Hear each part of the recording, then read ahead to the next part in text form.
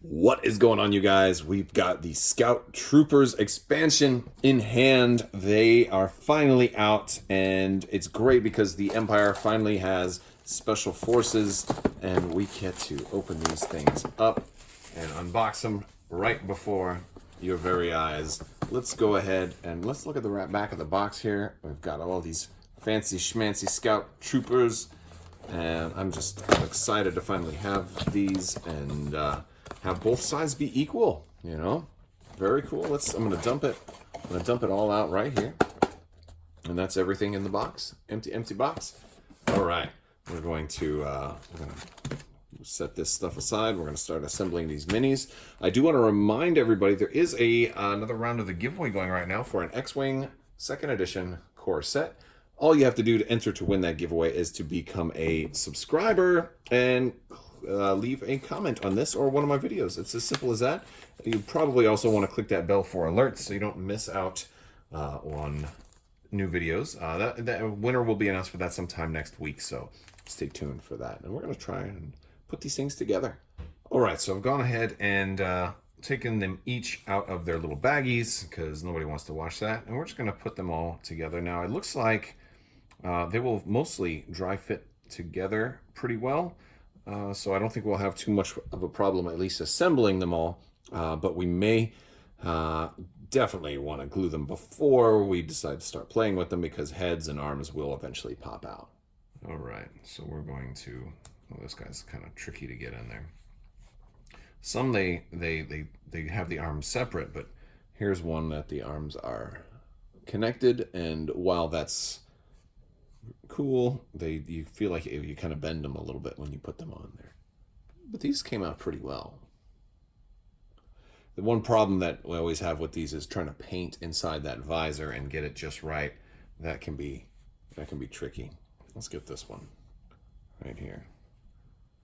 I normally don't take them out of the bags until I'm ready to put that one together, and for fear that it might, I may end up getting an arm from one mixed in with an arm for the other. Oh man, that one's cool. He's got the goggles right up there on his face, and it's a separate piece too, which really kind of begs the question: do you want to bother trying to paint inside the visor at this point? Because nobody's ever going to see inside the visor, right? There's no point.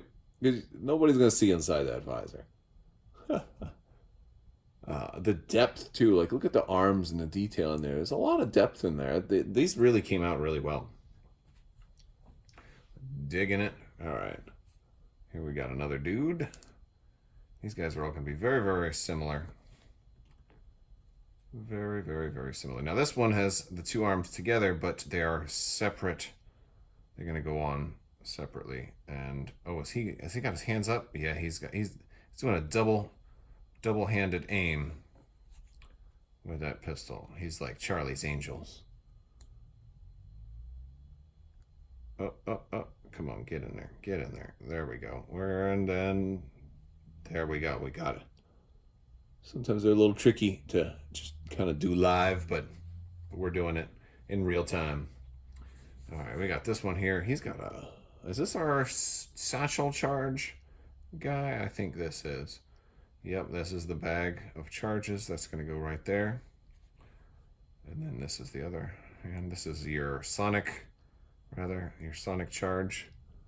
Oh man, these are the ones that you really I'm most excited about these guys because really I think troopers are just running wild in the game right now, and this will help bring balance to the force. Only thing that seems weird about this is that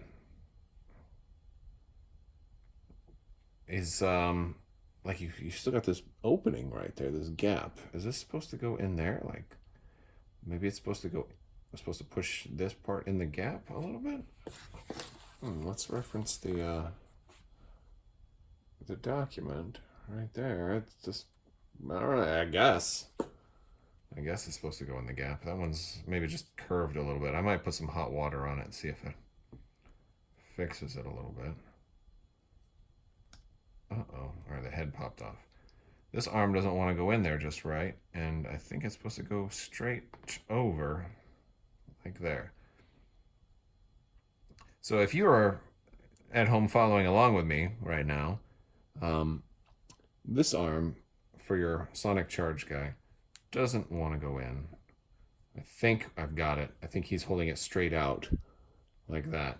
But it's that one's the only one that's been tricky so far. But we got it. But I hope I didn't break the head in the process.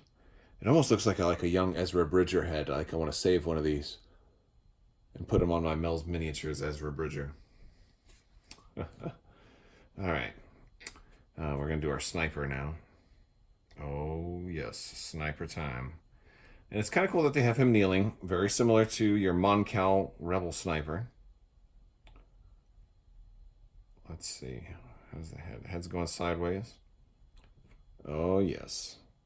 And we've got both of these arms. They're separate, but they're going to join together again. I prefer this style of arm. Although, oh, that's really barely. Oh, wow, he's resting the arm on the knee, too. He's getting extra support. Yeah. All right. All right. Not bad. Not bad. Great pose, man. These are great models. These are really great sculpts. And I like that they set up.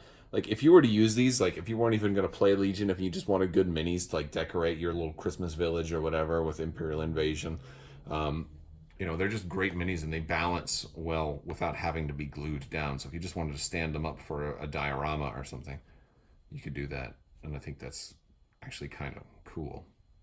I don't know what this guy's doing. What is he doing with that hand? Is he just cheering? What is he supposed to be holding something? He's like, hey, what's up? I don't like that pose. I was just talking about the poses, and we get one bad one when he's just. He looks like he's the first one to die. He looks like he's walking around kind of aimlessly. Yeah. He's the first casualty of the Stormtrooper or the Scout Trooper unit. All right, next up, the final dude or lady, the final chica. Because I think Scout Troopers can be female too. I mean, we really never know. The armor's not very gender sensitive, so could go either way. Yeah, this is more. This is closer to a Charlie's Angels pose, as well. So we can put them together like, da-da-da-da. Yeah. I think that could work. And then this guy over the back, Charlie's Angels, right there. I don't know. Okay, let's take a look at the cardboard since we got all of our minis here. All right, so we've got actually 2 cardboard inserts with front and back, and we've got 2. In addition to our normal stuff, we have 2 special forces. So Imperials finally get special forces tokens, and we're going to have 2 of those because you can run this unit in 2 configurations. And you can actually run 2 special forces units out of 1 expansion, making this expansion a great value. But we're also going to get 6, count them, 6 Sonic Charge tokens, and they can be red side up or gray side up or blue side up, depending on, just for that case where you're both running Scout Troopers. If you're doing a mirror match, then one of you will choose the red side, one of you choose the gray side. And so this way, in the one unit can potentially drop one every turn. So in a 6-turn game, 6 is the most you would need for one individual unit. Now we've got some cards. Let's look at the cards. First, we've got the basic Scout Trooper card. Now, the basic unit is going to have 4 miniatures, and this is just a regular Scout Trooper unit with no special guy added yet. 60 points. Of course, you got heavy weapons, training, comm, equipment, and grenades. You've got the unarmed black die. You've got 2 black dice for their holdout blaster, which is actually real nice. 2 dice per mini. Range 1 to 2. They have defensive surge, no offensive surge. So while they are getting 2 dice per mini, the black dice aren't that great with the lack of a defensive surge. They're just kind of medium, which is still cool. It's still better than white dice. Your low profile is awesome. If you have light cover, improve your cover by 1. They've got Scout 1. After you deploy, you may perform a Speed 1 move. So that's awesome. And now that's not at the end of deployment. That's as soon as you deploy them. So if you've got like 3 Scouts, you drop 1, move it, then your opponent goes. Then you drop your another Scout, you move it. you got to do it right then and there as soon as you deploy the unit. Then you've got Sharpshooter 1. While performing a ranged attack, reduce the defender's cover by 1. I do like Sharpshooter, especially when you're shooting somebody that's out in the open and then they end up getting, suppression, and then they have light cover as a result of that, or somebody's trying to march up behind, like an ATST or an ATRT. A great way to just deny them the benefits of that light cover. All right, and now we have the Scout Trooper Strike Team. The only difference here is that you're going to have only one mini. It costs 16 points, and it has a heavy weapons team, which means your heavy weapons guy is going to be your leader. That could be your little sniper here, or your sonic charge saboteur could be your sniper. But yes, the strike team is great, and this is why you can run both of them, because you could run a full Scout Trooper unit and you could run a strike team, and that's why this is actually such a great value because of that. We've also got some upgrade cards. Look at those. First off, we've got our DLT 19X Sniper. This is range 1 to infinity. That's gonna be this guy right here. He's awesome. So he's gonna roll 2 black dice at infinite range. He's got high velocity, so if he's the only one that's attacking, then the defender can't spend dodge tokens. And Pierce 1, you're gonna cancel one defense result. So a really good chance of getting damage through. Again, they don't have the offensive surge, so there's they have a chance of missing as well. But overall, not bad. 2 black is never a bad thing, and considering that at such long range, I think that's just great.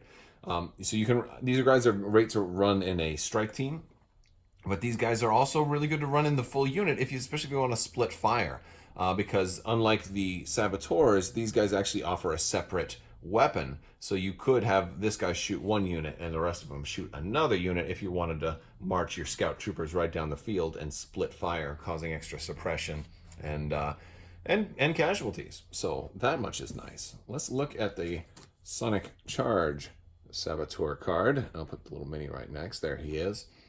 Or she.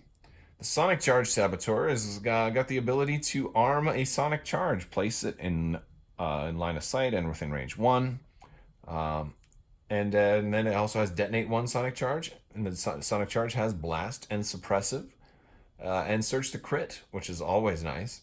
And the Sonic Charge will roll a red and black.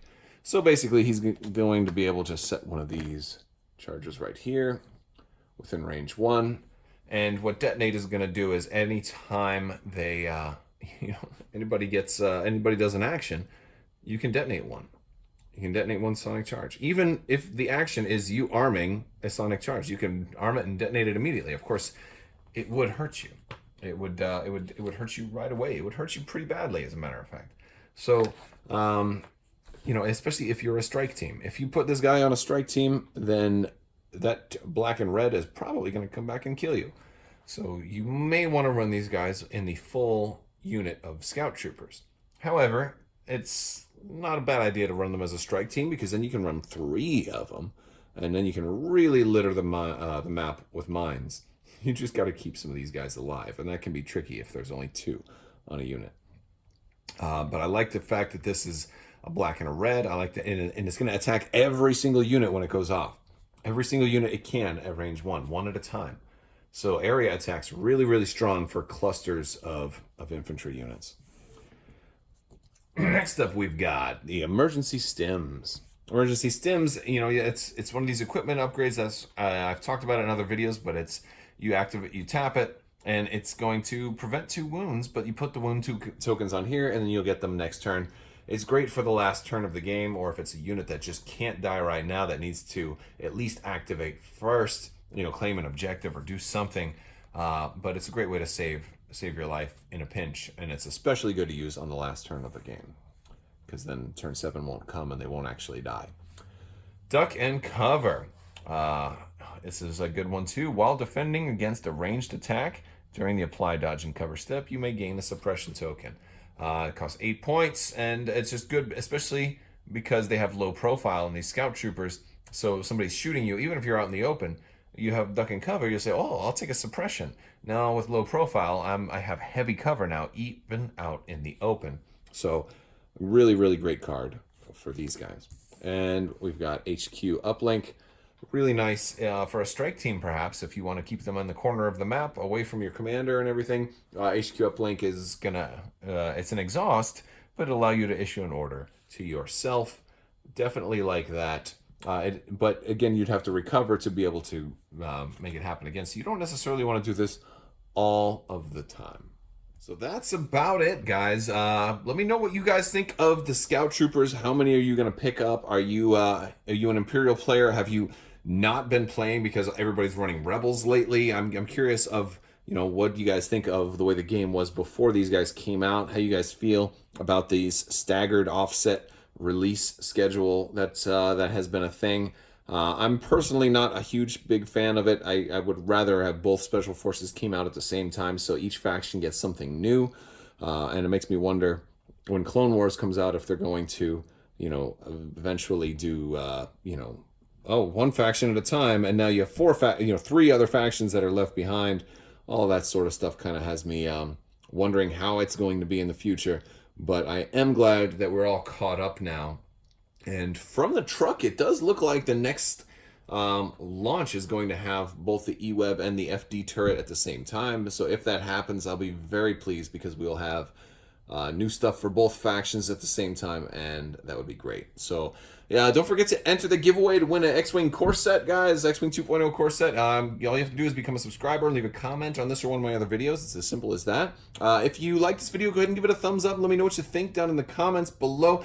Don't forget to click the bell when you're subscribing so you get alerts. Check me out on Crabbok.com. You can head up my Discord as well. Big thanks to all of my patrons out there as well. Thank you guys so much. And I want to thank you all so much for watching.